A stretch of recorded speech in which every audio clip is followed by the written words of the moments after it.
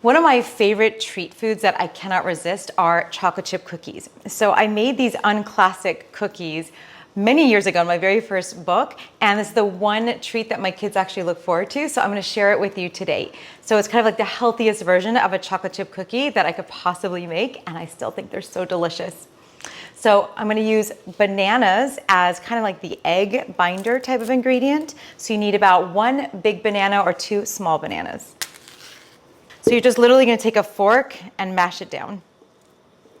Eventually it gets really silky if you keep going. So you see how it's gotten really creamy? That's about good. Now I'm gonna add in the sweetener. I used to use maple syrup, but today I'm gonna use date syrup. Trader Joe's used to make this. They stopped making it, I'm so devastated. But now I ordered date syrup online too, but I've got my last couple bottles left, so I'm gonna use it today. So you're just gonna squeeze it out. It's about 1 cup. You could use maple syrup if you like. I love date syrup because it's such a nice flavor.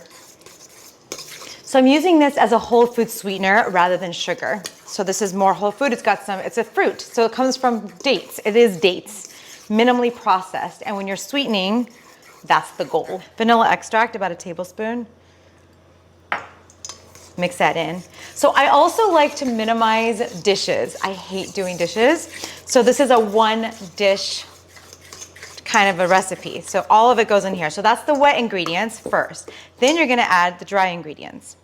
So I'm using a gluten-free all-purpose flour, also from Trader Joe's. I've made these so many times that I kind of just rough estimate it. It's about 3/4 of a cup of a whole flour. I'm gonna mix that in until it's stirred through. All right, so that's the basics. Now we're gonna do the stuff to help it bake. So we're gonna do 1/2 teaspoon of baking powder, 1/2 teaspoon of baking soda, and 1/2 teaspoon of salt. Mix that together. Okay, so now this is my favorite part, is the oats. Well, my second favorite part. We're gonna use rolled oats. So it's 2 cups of oats. Stir that together. Now, my classic recipe that came in my first book, The Complete Idiot's Guide to Plant-Based Nutrition, it was the Unclassic raisin recipe. So I used raisins, but I really prefer chocolate chip over raisins, but you could do raisins if you prefer raisins.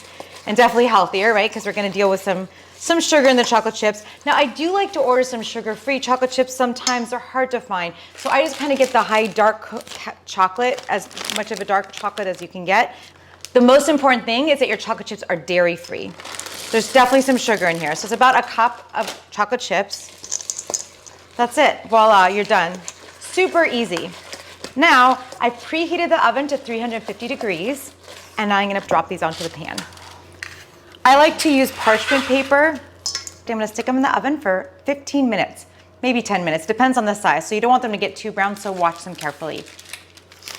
Chocolate chip cookies, pretty healthy, definitely delicious. Try them, let me know what you think.